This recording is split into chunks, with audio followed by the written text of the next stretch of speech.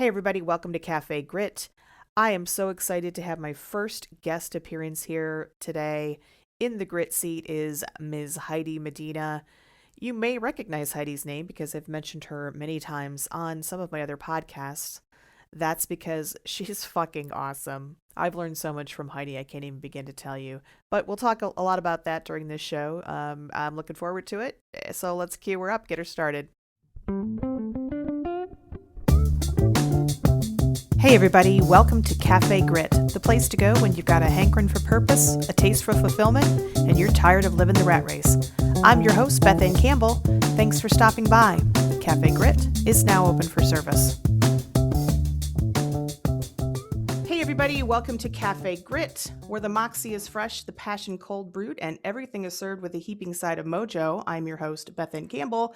My moxie and my mojo are very excited today because this is my first guest episode, and I have not just any guest, but an awesome guest, Heidi Medina. Welcome, Heidi. Thank you so much for being on the show. Heidi, you're more really friend than anything right now, so full disclosure to the listeners, but I have to give you a proper introduction because, as you know what, we've had little jokes in the past with your name. So, Heidi is actually Heidi Badass of the House Medina. First of her name, the Fucksayer, Queen of Coaches, Khaleesi of the Great Visibility Sea, Giver of Permissions. That's a new one. Empress of Entrepreneurs, and as always, Mother of Chickens. And even though the listeners can't see, I am wearing my Buy My Chicken Heidi Medina Talk to Heidi shirt. So welcome. Thank you. Thank Thanks for you. Thank you for coming. having me.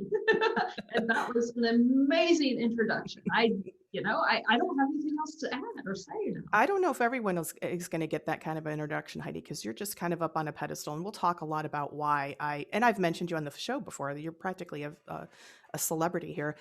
But before we get started, we're under a warning right now here in Virginia, and I'm not happy about it. So please tell me that you have better weather in your part of the world, which is Portugal. I do. We're actually starting spring weather. We went out yesterday looking for spring blooms. First Nice. rosebuds are starting to open and the irises, and I could almost take off my coat. Ooh. Yeah. Oh, you're so close. Can you smell it? I love it when you can first just smell that earthy. You kind of get a whiff. This morning it was a skunk. I smelled a skunk, so I thought, okay, we're not far.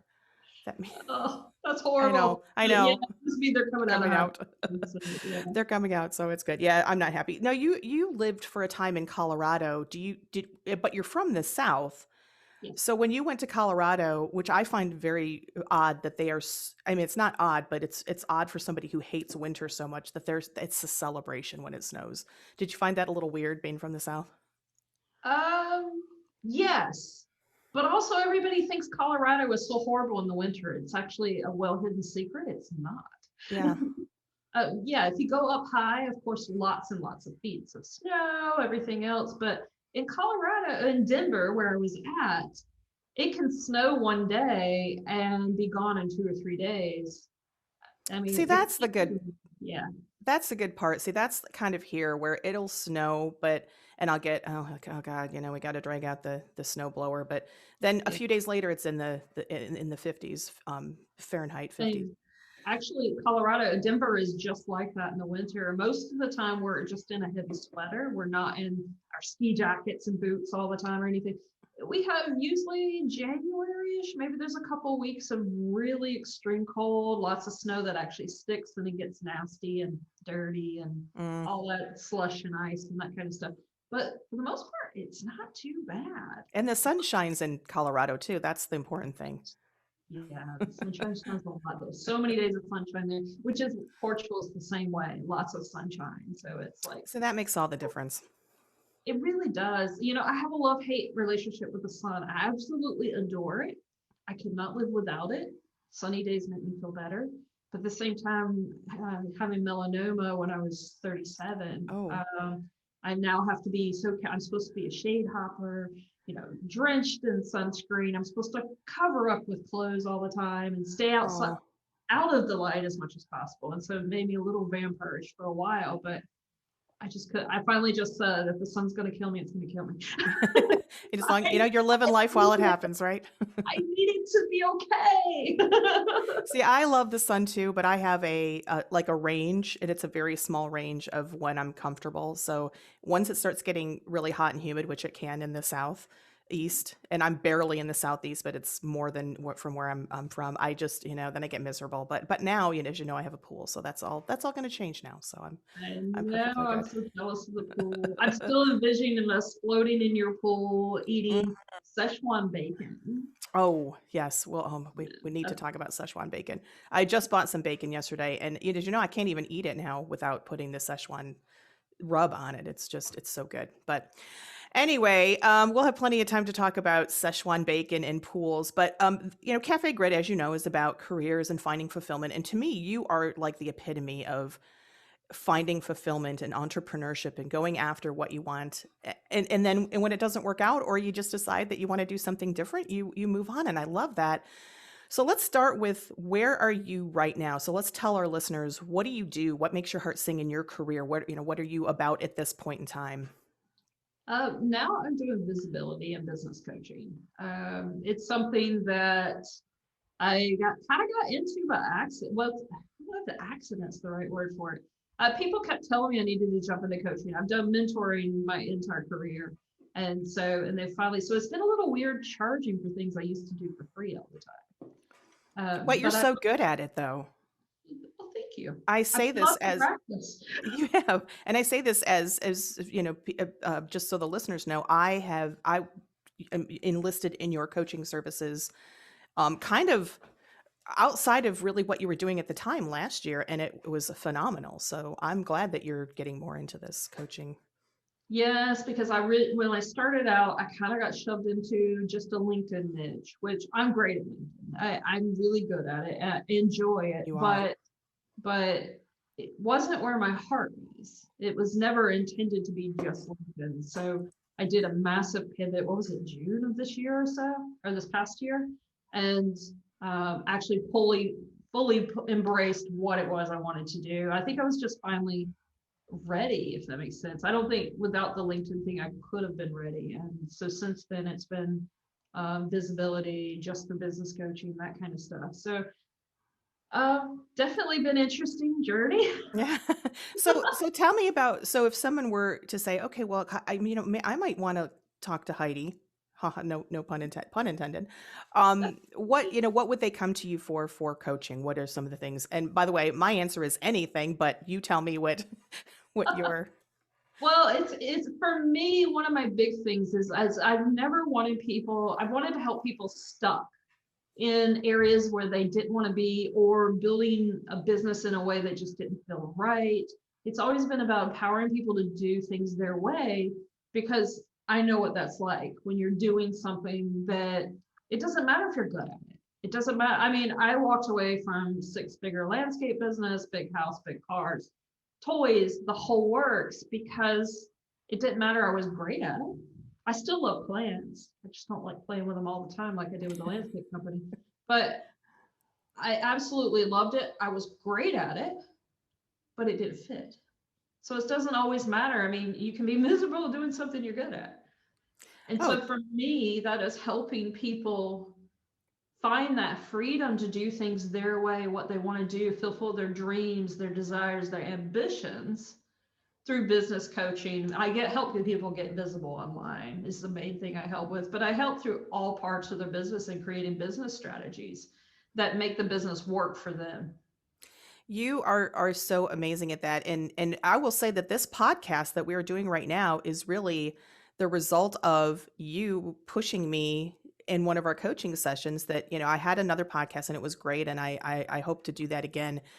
But we were busy and running out of things to topics, and you just kind of listened, and as a great coach does, it isn't about coddling. It's about making you understand and be aware of and recognize the things that you need to. And you just said to me one day, maybe it's time you go alone on a podcast. And I thought, oh my God. And then I think I was, what am I going to talk about? And you're like, Beth, you just wrote a book about, corporate bullshit and, and you're pursuing your career in addition to your day, or a side gig in addition to your day career. And why not, why not that? And so we kind of worked through that. So really, this is kind of your podcast too. You're sort of like the aunt of this podcast because you will always be. I just helped you get there a little You quicker. You would have do. got there on your own. Do you You would think have. that, well, but that's exactly right. So let's talk a little bit about the coaching, because that is one of the areas where I just think you were phenomenal. So what do you think are some misconceptions that people have about coaching that you find that you can kind of push through and be good at? I think one of the biggest misconceptions, and this even comes from a lot of coaches, is they think they're there to tell people what to do. We're not. We're here to listen, to actually hear what it is you have and help pull that out. We can provide things like some training, stuff like that in the areas you need to make your thing, whatever it is you want to make happen. But so many people think a coach is there to tell them how to do it, what to do. Well, not how to do it, because we do sometimes tell you how to do it, but we're not here to tell you what to do. That's not our place. Our place is just to help you find those answers for yourself and to go for it. We're not there to give you the answers. You have them. We just help you unlock them. You so nailed it. And that was totally me. I can't even tell you how many people that have talked with you have said the same thing, that that is what a good coach is. And you are. It is, you pull the stuff out that's already there. Because how many times have we been on a call, Heidi, and I've said, oh my God, how, that's perfect. That is exactly, or I've thought about that, 5 years ago or whatever. It's just amazing. Yeah, it's about connecting the dots to realizing that, hey, that was important, or you have those things inside and you don't think you can do them for whatever reason, whether the brain monkeys are in the way, or you don't feel empowered, or you've set that thing, oh, that's for later. That a lot of Right. people have that, I'll do that later once I've done all of this stuff. Like I had a coaching client who was like, I want to write a book one day. And I'm like, why not start now? And he's like, well, I don't know. And I was like, you could write 2 pages a day right now. I was like, and he actually started his book right after we got off that call. That's awesome. But he was waiting till he retired to write his book. And yet this was his dream. Why wait? Because it's like I even told him, we don't know what's going to happen. I mean, if COVID is not proof of that, we don't know what's going to happen. Are you still going to be here when you retire? And there's so many people, even for traveling, that are like, and wanting to visit other places, and they're all like, oh, I'll wait and do that when I retire. Well, you might not be healthy. You might be dead. You might have other circumstances. I Yikes. mean, but it's true. It But is. it's true. And so many people keep saying, I'll wait, I'll wait, I'll wait. What are you waiting for? That's so funny. I was just thinking of that movie. What's that movie? Benjamin Button, where it's so funny that we should be doing things in reverse and starting off, when we're older and, but then as we get younger, we get more wise. Um, I think that's a really good point. And, one of my passionate things is taking action. And we've talked quite a bit about taking action. And I think that that's the same thing, is that people just think about things too much, and they give themselves excuses like, well, I'm working right now, and or it's COVID, like you said. But then once you just say, okay, I'm going to do it, Yep. it's your brain just goes, oh my God, why didn't I do that before? Why didn't I just sit down? And we've talked a lot about the timer method, and that's one of the things that I think inhibits people. When you speak of book writing, you're speaking to me, because that was me doing the, procrastinating and with the book writing. So yeah, 100%, just do it. Nike had it right when they came up with that great slogan, It's the most cliche slogan out there now, but it's and so yet true. it's true. Just do it. So many people get stuck in their heads with this, whether it's the people around them telling them they can't do it, and that's another thing, is empowering yourself by who you surround yourself with, because you Oh, want so people yeah. that are willing to help push you out of your comfort zone, or to encourage you. Well, I have this dream that I wanted to do this. Well, then why aren't you doing it? How can we help? What can you do today to make it happen. And that's so much, people stay stuck in corporate jobs period, they hate, because they're not willing to take that risk, or for whatever reason the timing is never right. I can tell you the timing is never right. It never is. Oh my God, you're flashing me back to when we first got our dog 14 years ago, and my husband said, it's never going to be the right time, and it's so true. You speak on so many things. This is why it's in many ways a hard thing to have a conversation with you on a podcast because there's so many things that you bring out, and I'm like, God, we got to talk about that. So you talked about the support.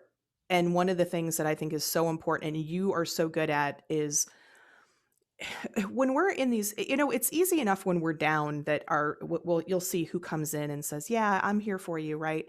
But when you're up, when you are celebrating something, when you have a book to release, when you're, putting out a new, a promotional course or whatever it is that you're doing that is making your heart sing, it's a lot.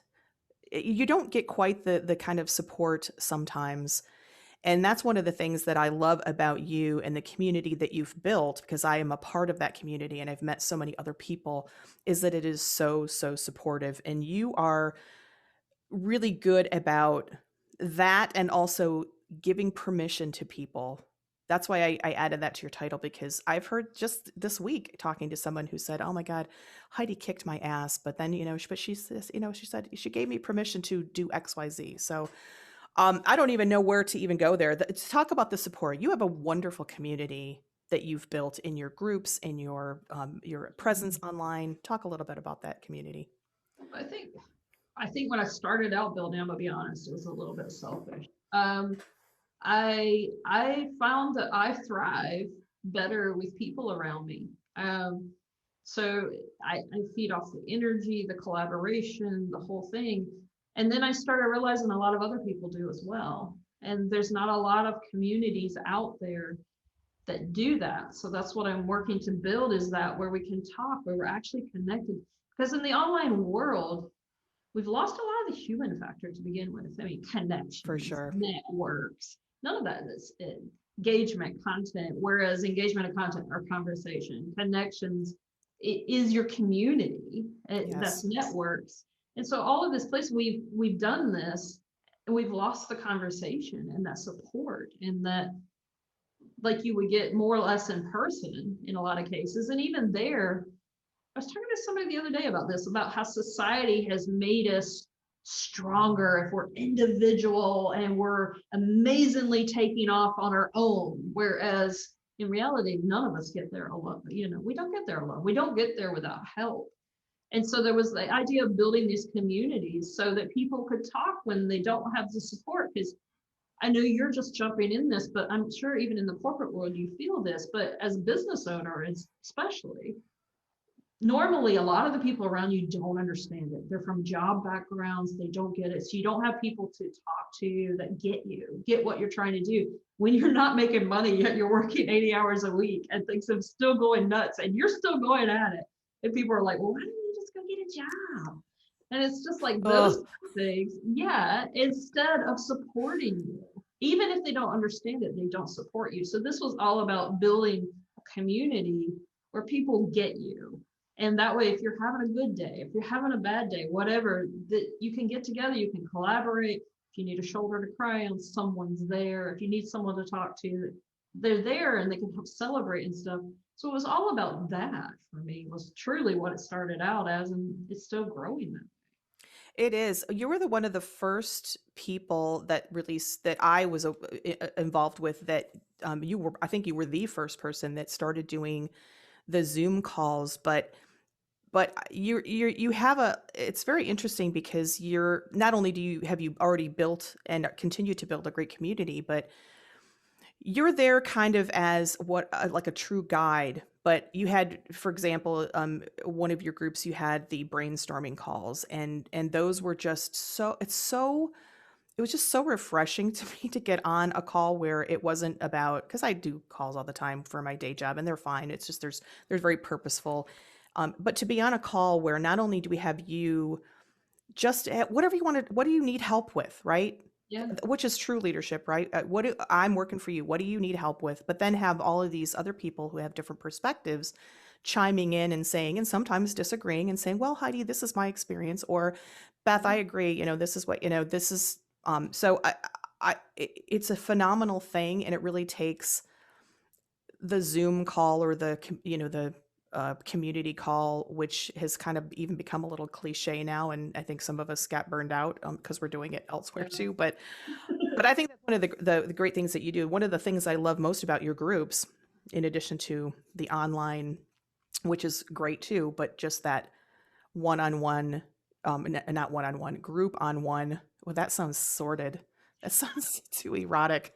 The group, I love Ooh. your group on ones Ooh. sessions.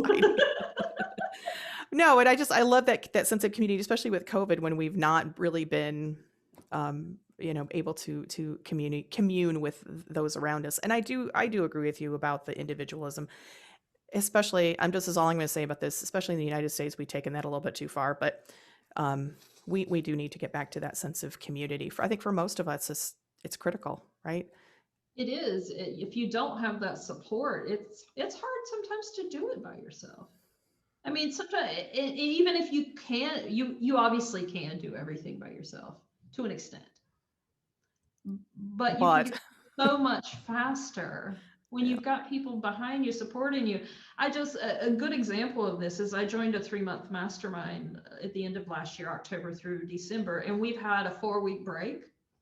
And before we're getting ready to start the next set, I signed up again because the support was so amazing in it and stuff that I needed that from the next level above me kind of, and I don't like to say above me kind of thing. I hate that whole tiering thing, but still, these are some of the people in there are beyond where I'm at in a business and where I want to go. And right. so supportive to have that from people who are ahead of you. There you go. Yeah. Ahead of you in the learning process. But that 4-week gap, I just all of a sudden I lost my support group for 4 weeks. You know what I mean? That brainstorm, and it really, I slowed down. The momentum slowed down. Everything slowed down because I didn't have them all there pushing me and making it happen. And so it was really eye-opening. I knew I worked better with people and collaborated better, but that was just even more proof in just this past 4 weeks of how much more, because it's not that I'm not driven. It's not that I can't do it on my own. I can, but having that energy behind me, just pushing me and supporting me and loving me and all that kind of stuff just drives me that much faster. 100%. You do so much, Heidi. This is kind of a good segue. You are involved in so many different things. In addition to all of the stuff that you do, you have multiple groups. You've got workshops that you're planning and doing and revamping. You've got a website revamp going on right now, and all the other stuff in the world. Let's talk a little bit about how you take care of yourself, because I know everybody, and you and I have talked individually about our own experiences over the last year, and imposter syndrome, and inner critics, and stress of doing too much. How do you keep it all together and take care of yourself to be able to do all of this stuff that you do? Um, Honestly, at this point, I'm not doing as well in self-care as I need to be doing. I hit a point with COVID because when COVID hit last year in March, when pretty much hit everybody by March last in 2020, I really pivoted hard, as you said, into bringing up the extra workshops and things like that because people needed it. People were coming online who'd never been online. There was all this kind of stuff. And so over 2020, I've definitely allowed myself care, partly because we were locked down a lot of it. We're locked down again. You can work out inside and stuff. And we did. I mean, I had a great yoga session yesterday inside and everything. And you can do that, but it's harder to stay motivated because a lot of the ways I take care of myself is nice long walks. Yeah. Well, especially getting Getting out out to in the that beach. sunshine and the nature, it's just evolutionarily, it's just good for us. So it's hard to not do that. Yeah, so that was, I kind of being stuck inside. I found myself trapped on the computer a lot more than I used to, whereas normally I regulate the amount of hours I'm on, I'm off. Like I slipped on, I used to would not allow myself to get on any screens when I first got up in the morning for at least an hour. I would get up, I'd meditate, journal, go ahead and get my long walk in for the day or yoga session before I got on the screen. And I allowed that to slip because we're not going anywhere. You just get up and you log on at that point. And so I've actually been managing burnout for almost 2 months now, and I've fortunately caught it, but I am definitely over that realm of, and I'm working on getting back the other way, so my self-care has had to really come up into play. Back into, yes, working out in the morning, even if it's inside, no screens in the morning, getting my journal back out. I noticed I quit journaling during a lot of COVID. I think I just got tired of being inside. Doing the norm wasn't okay. Meditation back into play. But to balance it all, I have people.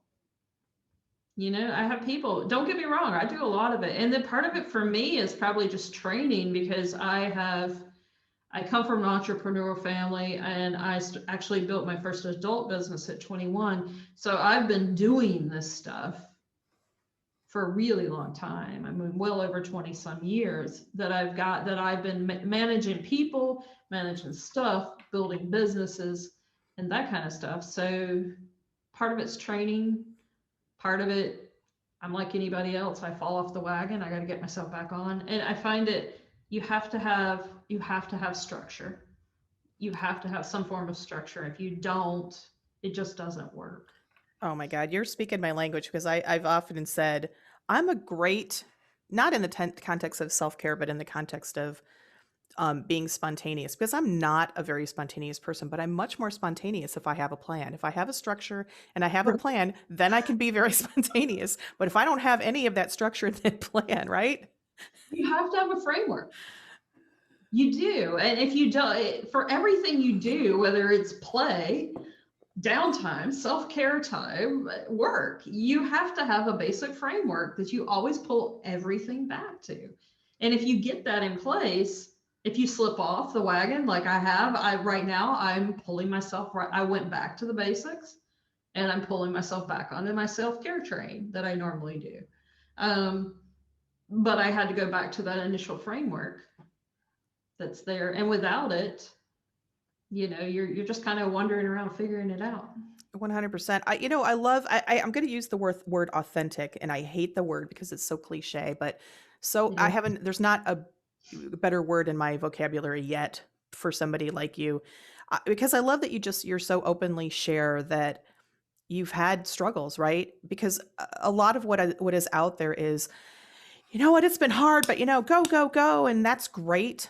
But there were so many people, myself included, I broke down in tears on a coaching call with you, because I was so stressed out of doing all this stuff and trying to manage it. And then my dog died, and I just kind of kept going. And then we had this call, and I was like, oh my God, you totally pointed out that, Beth, you haven't even grieved yet. And I broke down, and I'm like, you're right.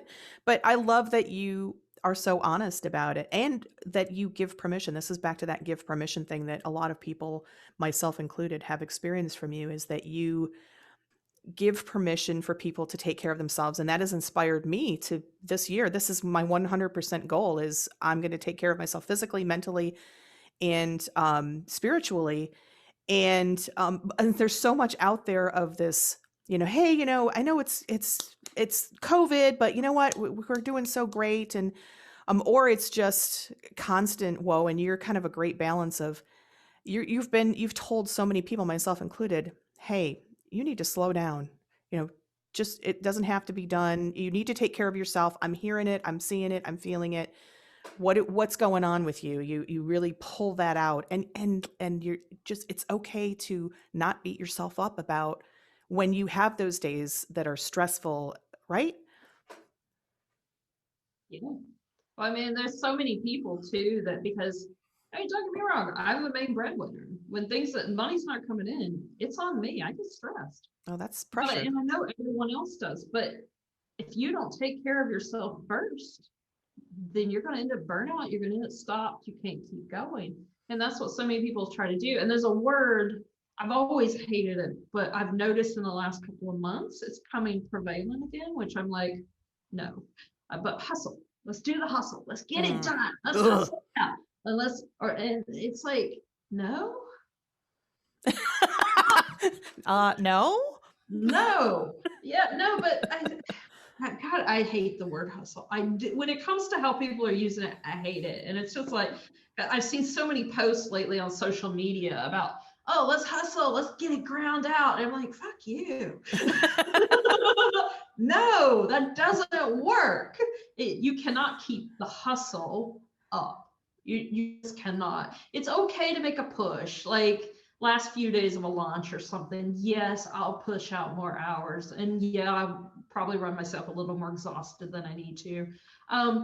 But it's okay if you maintain it for a few days and then you slack back off. But these people are doing this all the time. Yeah. And I know several people within our circle, I'm not going to name any names, but have actually hit burned out. Several of them are actually under doctor's cares now, things like that because of burnout. And That's they didn't serious. stop. Yeah, I was probably borderline there myself. As you know, last year I moved, and I was that just took me over the edge, and I had to say I'm not doing a podcast for every week. I think I did one a month. Just try to keep myself out there. One of the great tips that I learned from you too is, in getting myself out there. I know this really has nothing to do with what you just said, but it just struck me that one of the we have this pressure when we're pursuing whether it's your side gig or your actual business that you rely on, is we think we have to be out there and full force all the time, this hustle. But one of the great tips that you told me, in addition to the emoji tip on how to get emojis on the Mac, which is amazing, is that we need to converse. I'm going to use the word converse because we are people, to converse with people in social media, and don't worry sometimes about, oh, I've got to put out this great video or this long form post that's talking about my great business. Sometimes you just have to talk to people, and that is magic. Yeah. Conversations are where it's all at. And that's the problem, is most people don't realize with content and engagement, they're thinking, okay, I slap up a piece of content, I go hit the like buttons a few times, I engaged, I did content, but where's the conversation? Where's the relationship building? Because when it comes to a business that's going to last, that's not even a business, just a support group, collaboration, anything, personal branding. You have to build those relationships that are going to last if you want a business that's going to last. And so many people miss that part. Oh, totally. And we've talked about this too, that I think you and I and many people have gotten as many or more meaningful relationships from talking with people on in their content, on their posts, than our own. Because people are just like any conversation, right? If it's one-sided, you know how it is. It's that horrible blind date where he's only talking about himself, and you're like, yeah, well, I guess I'm, right? But that goes both ways. Yeah, and that's what most of social media is it's very one-sided. Like, you have a lot of people who only post content, that's it. So there's one side of the conversation. They don't even show up to talk to the people who engaged on their own content. And it's like, so you left one whole side of the communication out. It's not going to work. Yeah. It can't be all about you. Exactly. What do you think is as far as social media goes, because that is that is your forte, right? It's visibility in your business, whatever it may be, wherever it may be. What is one of your biggest pet peeves about social media? Can you even pick one? I know. It's like, which one would you like me to go with? You know, all of them. I won't even say your favorite or your worst, because I know day to day that could change. But yeah, I know. I don't even know. My favorite or my least favorite right now is Hustle, of course. And I'm so sick of Clubhouse mentions at this point. what is Clubhouse? I don't even know what that is. Is that a new? Yes, new app. Thing? Latest Okay. new app. I will say this, there's something to be learned by what they've done. Clubhouse has got a brilliant marketing scheme. It's absolutely brilliant. First of all, they're only on Apple products, so it's going to be a while before I actually get to Those Apple snobs. Yeah, it's an Apple snob. But they've created exclusivity in the fact that it's in beta testing. They went ahead and launched it. they've invited a few people in, and then each person that gets in gets a couple more invites. And that's the only way you can get in, is to be invited in. That's So kind of it's snobby. created an elitism that's definitely not going to be what according to the owners that created it, that was not the intentions. But at the same time, it's a brilliant marketing scheme, because in the last 25 days, what have you heard on social media constantly? Is Clubhouse, Clubhouse, Clubhouse. Right. So it created branding like crazy, because everybody's talking about it. The marketing campaign is brilliant.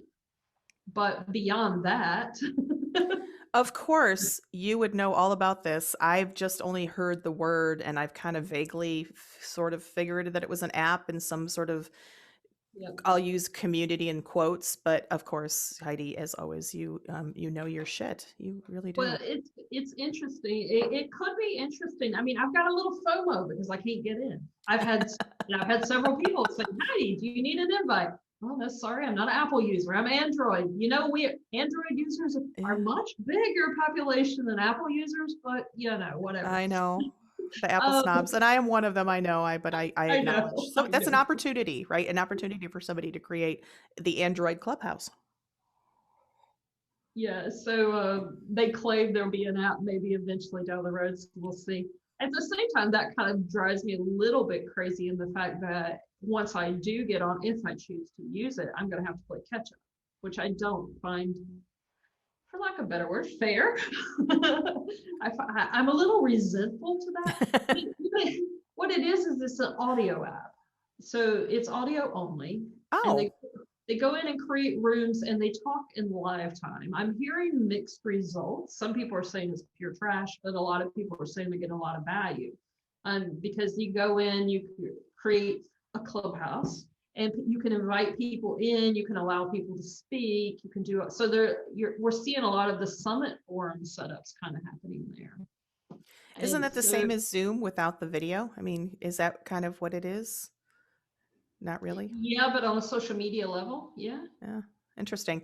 You know, when you said it was audio only, I guess if it's something where people are your quote clubhouse is people that you know or that you've only invited into that's fine. But if you're talking about just hey, I can go into a clubhouse, or maybe I don't know the people.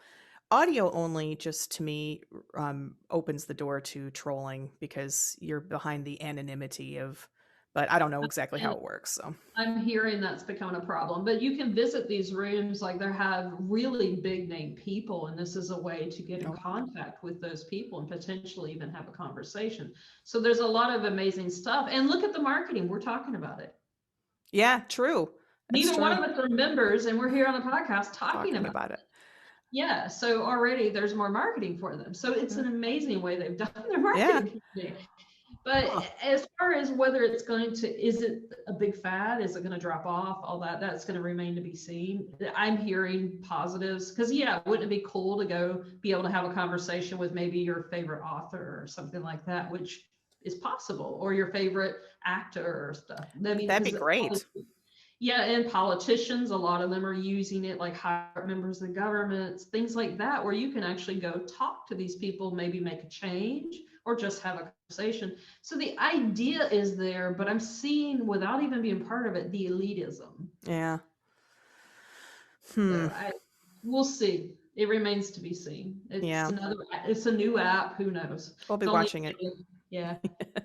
Well, so I want to go back to something that you said earlier because you talked about, I know we're kind of getting long on time, but I could not have a conversation about a little bit of your history of entrepreneurship. And you talked about your first adult business, but you've been an entrepreneur since you were a kid. So tell me, what was the first thing that you ever did as an entrepreneur, however young you were? I was 9. And I have basically the equivalent of a little girl's lemonade stand, except I did it with bouquets of wildflowers. My parents, I grew up, they owned a produce farm. We had a produce stand on the side of one of the major highway, that kind of stuff. And at 9, I figured out mom had her old mason jars laying around the yard. I washed them up, filled them with flowers, and stuck them out for sale for a summer. Now, where did you get the flowers? Was that do you guys grew those flowers? No, they were actual wildflowers that were in the fields and Oh, farm around in the farm. So oh, the farm, cool. you got the farm and the ditch banks, things like that. The flowers would Yeah. grow there, and I picked them, made them pretty, put a ribbon on them, and put them in jars with water. And like my first customer, of course, was my uncle. It ends up family always. It always He is. came and bought everything. I made $20 in my first sale. Oh, wow. That's pretty good. For a 9-year-old, not bad at Yeah. all. I cannot remember exactly what I made that summer, but I want to say it was $200 or $300. Not a lot, but For a that's nice. 9-year-old?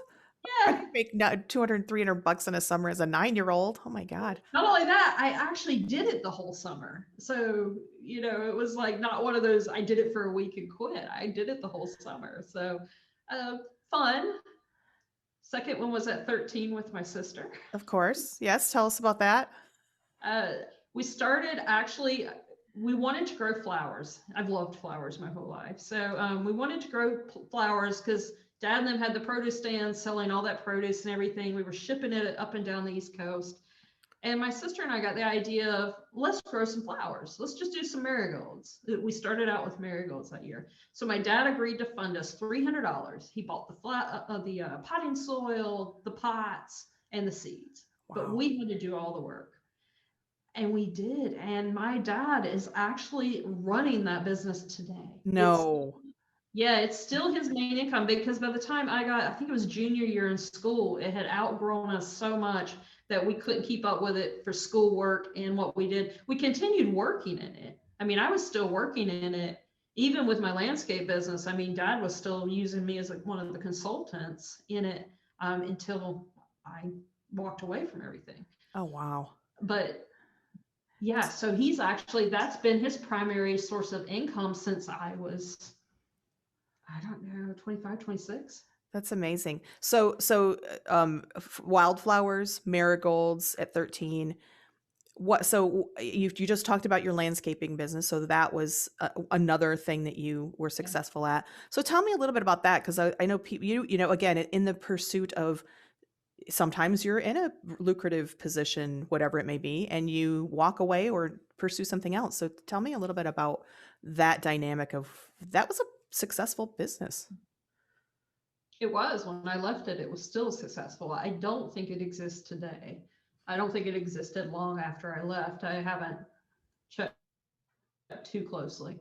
Um, yeah, yeah. So it worked out. I've always loved plants. I don't know that I mean, honestly, when I went to college right after high school, of course, I started out in college in computer science. Oh, wow. The problem with computer Did I science know was that? though, is I actually, probably not. I don't talk about it too much. Yeah. So yeah, I actually started out in computer science. The thing is for the computers, I've always wanted to do front end, not back end. Yeah. I always wanted to make them pretty, and I Yes. love upfront learning the ins and outs of all that. So that's always been my forte on that. So computer science was forcing me into actual full-blown programming and the back end. Ugh. So I hated it. I hear you, girl. I I hear hated you. I switched temporarily. I spent a year in criminal justice. I was starting to What? get, yeah, I didn't know that. I was Oh my switched. God. I was considering, and I actually loved forensics while I was in that, but life kind of got in the way of the need for money and freedom for my parents a little bit and stuff. So I ended up getting a job. First, it was part-time, and then it kind of took over. I ended up helping manage a landscape company for a couple of years. And that was when, well, let's see, that was at about 18 and a half. And then by the time I was 21, they decided they were going to cut out the maintenance department side. And they actually offered it to me because I had done it so well and I knew their clients and everything. I mean, I was training my crews by then. I was running 3 crews already by that point. And so I was like, okay, yes, huge opportunity. I Yeah. got very lucky with that business in the fact that I didn't need to advertise. I didn't need, because my clients came with me, everything came. And so in that aspect of starting a new business, I had it very easy on my first business because my clients were already built in. I didn't have to do that work for building from the ground up.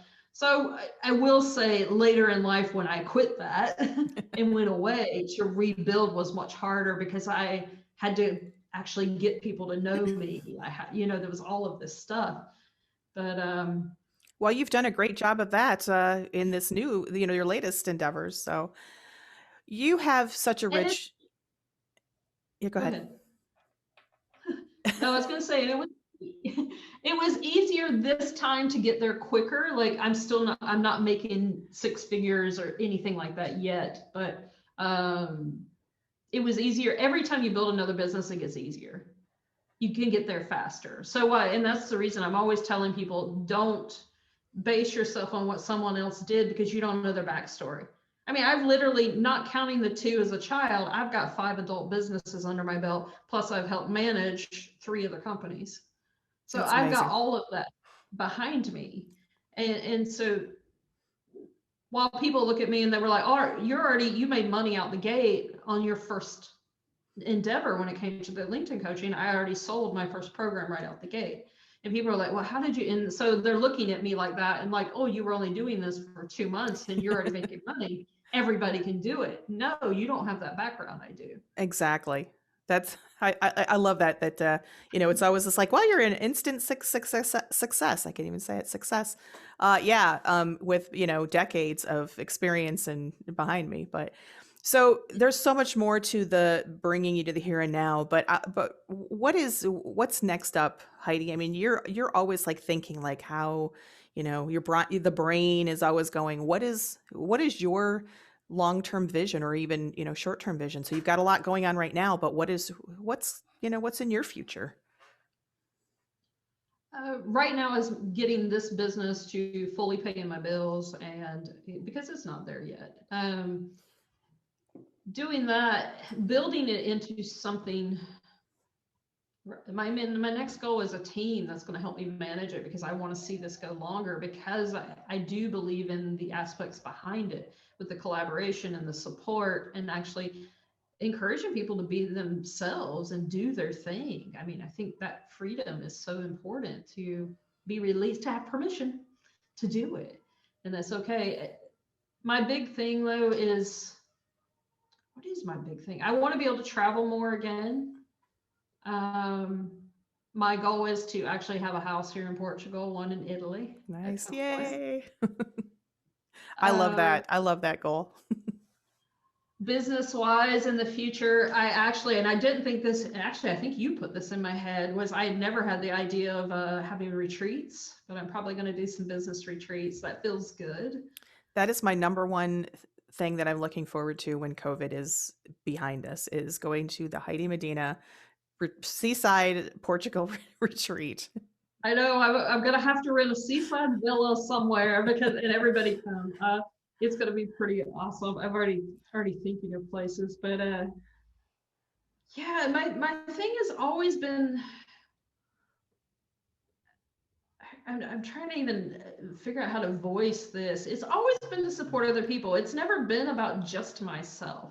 My groups, my everything, it's never been about just, even this business isn't just about me. Yes, I want my own success out of it, but it's about the success for the people around me too. And I think I don't even know if I'm getting that across well yet. I'm Oh, working you on that. are. Totally. And that is why you are going to be, whether it's with this or whether you try something new, that is why you're going to continue to be successful. Because first of all, it's such a myth that people, it's gotta always be about, it's always about the other. Yes, it is, but it's all, you have to be a little selfish about it, right? You have to get something about it or people wouldn't do it. But that is why you have that great balance, is that you do know how to help people, even when you're, kind of a little in your face, like, I hear what you're saying, but that's not what we're really, I don't think that that's what you really mean. Let's dig a little deeper, with that tough love. And I think that's why you're going to continue to be successful in whatever you do, however, whatever success means to you, because